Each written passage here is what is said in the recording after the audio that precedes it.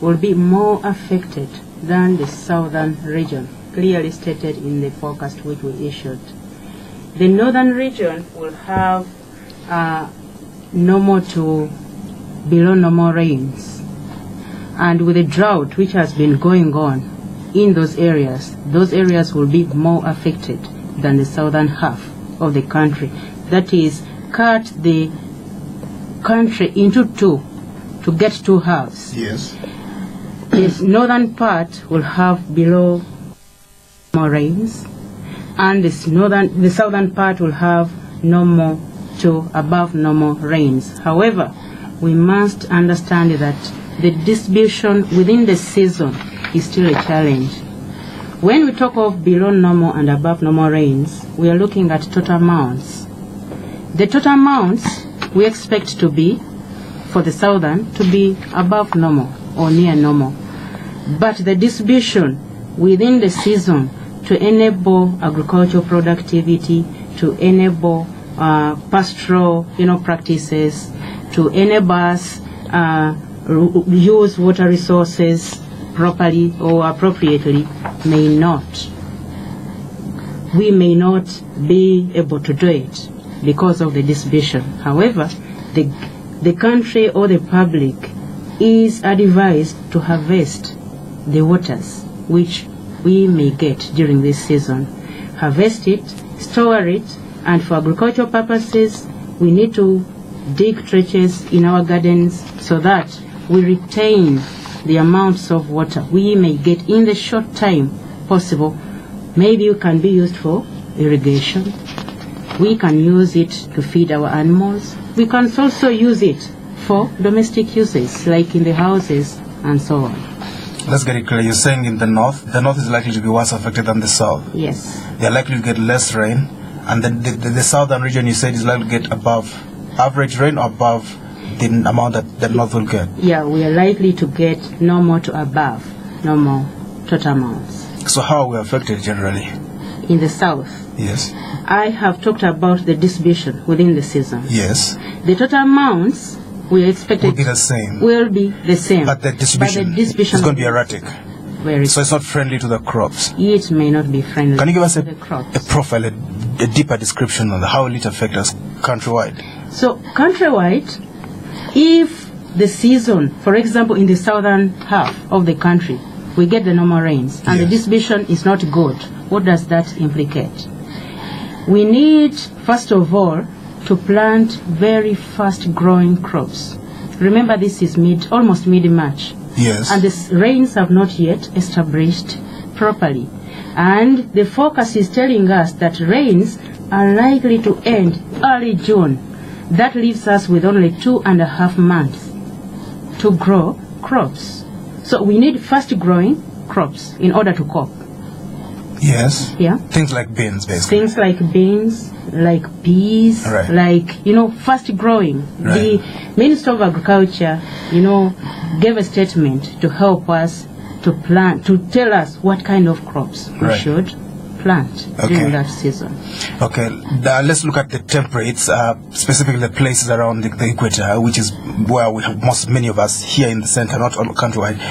Here, where we are right now, probably the capital, and the central region, where a lot of agriculture takes place to feed other parts of the country. Normally, rains come in March and September, is that right? Yes. And now we are in March and we haven't seen the first drop of rain. Yes. So you're saying the rains are going to come towards June, is that what you're saying? I'm saying the season is starting in March. Yes. It is starting this month. Yes. So we can expect some rain. Then moving up to early June. Early June. Yes. So about 2.5 months. Yes. That is around 2.5 right. months. Where we have to plant. If assuming you are planting groundnuts. Yes. Groundnuts, they need about 3 months plus. Right. So you see the effect, the impact of short rains. Right. So what does this mean? Our forecast, when you look at it, it means that the season is delayed. The onset of the season is delayed, yes. But again, in most areas, the withdrawal of rains is early. It will be early withdrawal. Right. Yet, So the rain is compacted within a small within period a very of small period of time. So in the past, let's put it simply, in the past, God has been stretching the rains out for us. Very good. Now we have to do it ourselves. Yes. All right, let me come back to you, Khalid. Countrywide, how is this likely when all this has come and gone? What are we likely to see in its wake? Well, thank you very much once again, Edmond.